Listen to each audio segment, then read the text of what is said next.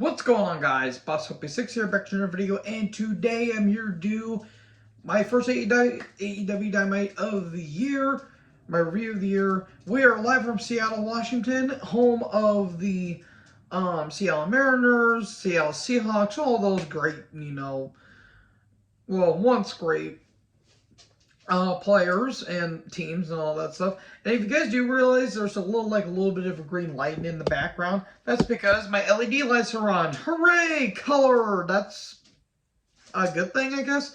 Speaking of good, this was actually a pretty damn good episode of Dynamite. To kick off the year, this was really damn good.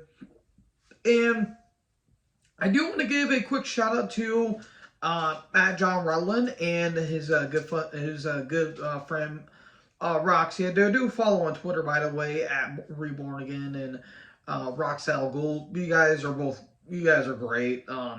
They went to the show, and they certainly had a show to go to because they did not disappoint on this. I think this was one of the best Dynamite episodes in a long time. And there was a couple of hiccups, but I thought to kick off the year, I hope they stay in this direction and don't go towards a landslide like they did last year. So anyways, let's get into this. Now, we start off with the opening match. Chris Jericho with 2.0 versus Ricky Starks. I do want to quickly mention, however I feel about Jericho personally, I can certainly respect the fact that he did give over $10,000 to Damar Hamlin's toy drive. I will say that much. If you guys do not know what happened to Damar Hamlin, I just look it up. As a fan of the NFL, that was a scary situation on Monday. That happened. It was the Bills versus the Bengals. I hope I never see that again. I hope none of us want to see that again because that was a scary situation. And I hope Damar Hamlin and his family, I hope Damar gets better. I hope he recovers because that was terrifying. I'll talk about it way more when I talk about the end of the season. Spoiler alert for a new video. I'm going to be coming out soon. Anyways, my thoughts and prayers about Damar Hamlin aside, Jericho took on Starks. Starks was red hot. I think Ricky was a little bit over, just a little bit. But this Seattle crowd was awesome. I do want to say that. Starks is a bona fide star. Starks, that was terrible. He's a stud. He's an absolute stud, and I'm mad about it. Jericho could not go anymore. Tetsuya Fujinami is almost 70, and he moves way better than Jericho does. And Jericho's in his, almost 50, I think. Or I think he is in his 50s. How in the hell is Tetsuya Fujinami, who is 69, by the way, nice, and he just wrestled at Wrestle Kingdom last night, moves way better than Jericho here? I do not get it. Ricky basically carried this match. We do get some ref distractions. We get a lion tamer at one point. They made Aubrey look stupid. Jericho was at one point, kind of bickering with Aubrey and even shoving her, and the crowd was getting pissed by it because apparently, if the rumors are true and the evidence shows it clearly did, you do not want to hurt Aubrey, because, the fans will want to murder you. Way to make your referees look incompetent, as I noted. Bad shot, but Ricky still kept fighting. And in the end, Starks hits with the spear and pins Jericho clean. Oh my God, Jericho got pinned clean in the new year? That's good. And here comes the Goons. And they beat down on Ricky. And then here comes Action Andretti. He cleans house for a little bit. Then he gets low blowed. And then Ricky gets powerbombed through a table. Thanks for coming, boys. We barely knew you.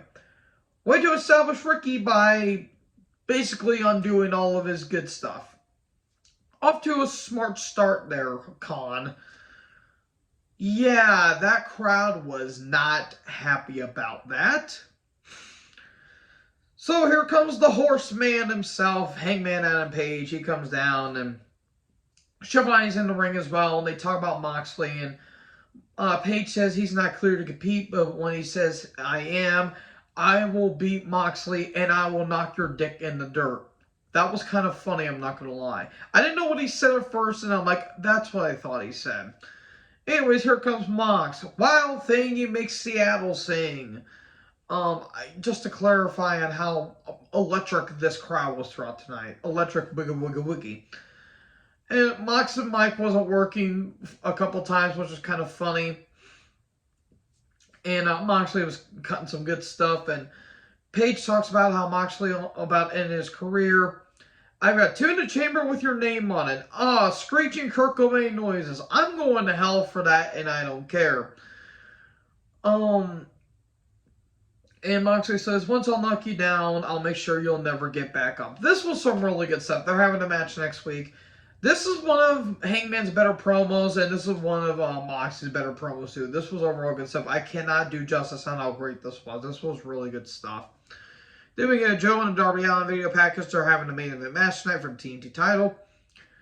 Then we get the TNA Rejects, as I'm calling it, Lethal Dutt with Singh and the Big Tall Mofo, a.k.a. with Dutt and Satnam Singh, versus the Acclaim for the tag titles. God. Oh, Max, you are an absolute delight. Max Caster says, hey, Jeff, your wife better less says getting dragged online worse than Skip Bayless. I think he meant say your wife better talk less. She's getting dragged online worse than Skip Bayless. That was good. If you don't know what happened, Karen Jarrett was basically a little too Karen, I guess you could say, about her name getting dragged. Maybe you should tell people not to. Maybe you should tell your coworkers and maybe the boss that maybe you shouldn't be letting people drag your name through the mud like that. And she was bringing up stuff about Kurt in the past. Kurt's past it. He doesn't give 10 shits. You're over here freaking pissing your little brown panties about, oh, you're dragging my name through the mud. Shut up. You deserve it, Karen. And also, that's where you get Skip Bayless. No one cares about you anyways. Why was this match? Why did this match happen? Why is Jeff Jarrett, of all people, getting a tag title match in 2023 and yet FTR being pushed aside like they're nothing? To quote Mike Graham, he broke over 6,000 guitars and never drew a single dime. The Acclaimed, I feel bad for them. It was okay. I just didn't have a reason to care. At one point, Singh and Dutt got tossed. There was a stroke, a foot on the rope, but Dutt puts it off, and then Jarrett and Dutt win, or do they? Aubrey comes down, and the crowd goes hot for that. And then the match restarts. We do a role reversal, and there you go, the Acclaim win. We're going to have a match on at Battle of the Belts, and it's going to be a no-holds-barred match. Because why not dissolve everything into chaos? This was a mess, especially the ending. That ending was a cluster. So, drawn by Jack Perry. Before we get to that, Baker, Tony, and Jamie Hayter, my goodness. They're having a sit-down interview talking about who Saraya and what her opponent or what her partner is going to be next week. She and little bit of a hint here that that Brent says, well, she may think that this is her house, but I'm the boss. Clever. They said they're gonna beat them next week. And then talking about Jack Perry's backstage, and he's like, well, Big Bill, you and Moriarty and you and Stokely have been thinking that you run roughshod all over the place. But how about me, a little friend of mine, here's Hook. I'm sorry, I'm tired, and I'm cringy. I'm fully aware. They're going to be having a tag match next week. Okay. If you hear some little whining, my producer is with me. She is very, very, non-camera friendly, I guess you could say. Unphotogenic, as you will call it. We get a big pop for Bryan Danielson because he's from Aberdeen, Washington, but he is a Washington native. He took on Tony Nese with Mark Sterling and Josh Woods. Raise your hand if you forgot that Josh Woods and Tony Nese is in the company. I certainly did, which sucks. They're both good athletes, but they're just lost in a shuffle among others. There were some distractions early on. Nese got a jump start. It was a fine match for what it is, for how short it was. There was a running knee, some face stops, a little unique submission, and there you go, Bryan wins. And Bryan says, I'm feeling a little froggy. He wants another match, and he calls out MJF. And MJF comes out. He denies it. I'm not going to go over verbatim on how great this promo segment is. I will say this is one of the best promos I have heard MJF cut probably since his one with Punk. This was great, great, great stuff. This is one of Danielson's best promos too. MJF is such a dick, and I love it. He says, if Lance Storm and Dean Malenko programmed a child, it'd be more charismatic as you. That is great. Some people I'll put over the top. Disco Inferno, Eric Bischoff, and my personal favorite, Jim Cornette. That was great, except for probably Disco Inferno. No one cares about him. But Jim Cornette stuff was great. And people are calling him an asshole and telling him to shut up and all that stuff. And Bryan says, let's just shut up and fight. And he said, MJF's like, oh, well, Bryan, that's all you think around here. If you got to be king, you got to be #1 contender. And how about this? If you win every match up until February 8th, you get a match with me at Revolution. Okay, fair enough. And Bryan says, well, if I win, I get to name the stipulation. Okay. MJF calls someone a fat skank. I thought that was funny for some reason. And Bryan's like, well, we're going to test your durability, Max, because it's going to be a 1-hour Iron Man match. Please inject that into my veins. That's going to be great stuff. And Max accepts it, and he kind of regrets it afterwards. And he calls Bryan a choke artist, and Bryan says, I'll expose you for not being able to hang out, hang with me. And to put the final nail in the coffin, I will be kicking your damn head in. This was great stuff. This was one of the big highlights on this entire show. Then we get Kip Sabian video package. And it kind of went downhill from there because he's going to be taking on Orange Cassidy battle the belts for the All Elite Championship. A championship that has meant nothing. Swerve with his cronies took on Air Fox. Killshot versus Dante Fox in 2023. That sounds like a good idea. Give these men a best of 5 or a best of 7 series. Wait, I'll take a best of 7 series over Elite versus Death Triangle because these two are actually good wrestlers. And they have chemistry. This was good stuff. For the time it got, this was some really good stuff. For some reason, Tony's voice or his mic got deeper for some reason. That was kind of strange.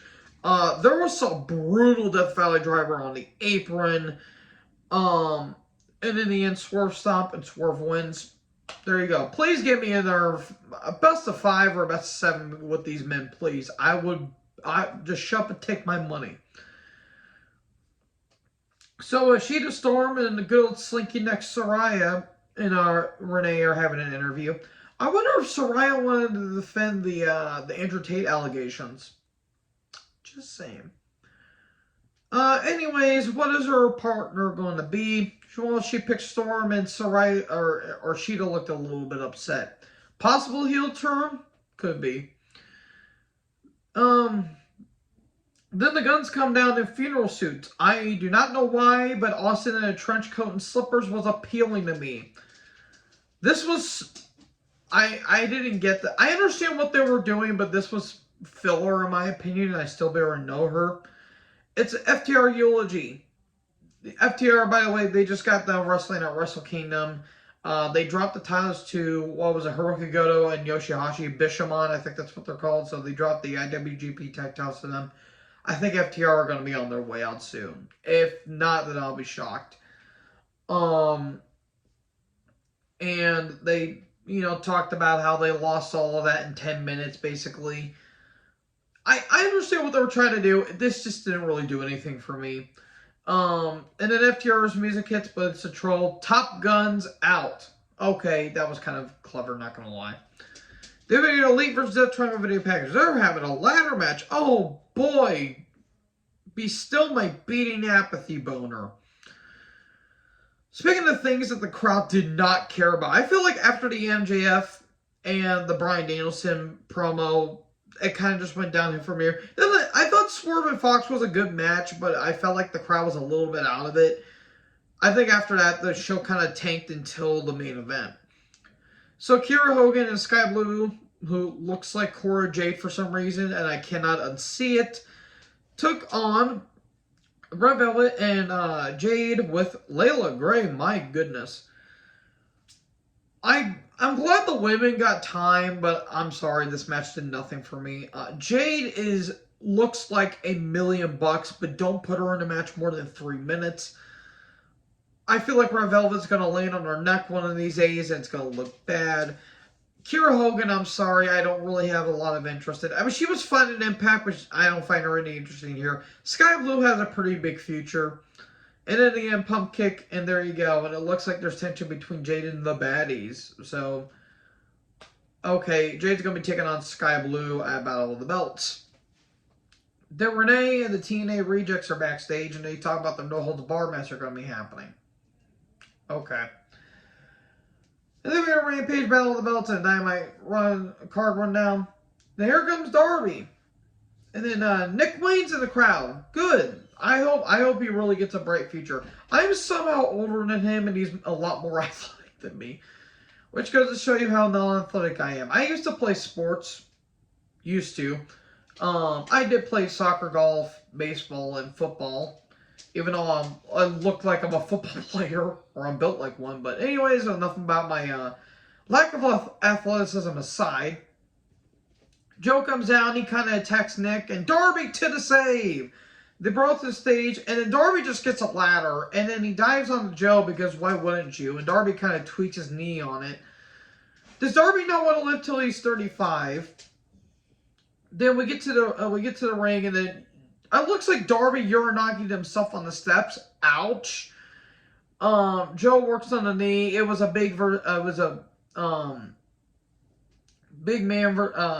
David versus Goliath. This is for TV time, by the way.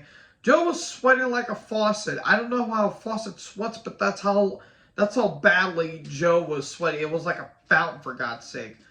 I love Joe, but I feel like he's got to hang it up soon. I love the man, but Father Time's really knocking on his door. Darby keeps fighting back, though, but he keeps getting put in the coquina clutch. The turnbuckle got exposed, then Joe goes into the exposed turnbuckle. Code red, the crowd's going crazy. 2 coffin drops. Darby wins. The crowd just imploded at that point. And here comes Sting! He just recently had a hip... I think he had some kind of surgery he got. And, yeah, there you go. Good stuff. I also do want to quickly mention the commentary team did mention during the women's match, by the way, that Dustin Rhodes unfortunately lost his mother earlier today. I'm praying for Dustin. I hope him and the Rhodes family are going to be in a safe place. That is pretty sad to hear. Just, man, we're not even through the first week and a lot of tragedies happen. That is insane. Yeah, I feel bad for Dustin. My thoughts and prayers are with the Rhodes family. My thoughts and prayers are for a lot of you guys. So, that was it. That was Dynamite. This was some pretty damn good stuff. So, anyways, thank you guys so much for watching this video. Make sure you guys like, comment, subscribe. Tap the little bell for more notifications. Join the herd. I'll talk to you in the next video. Peace out.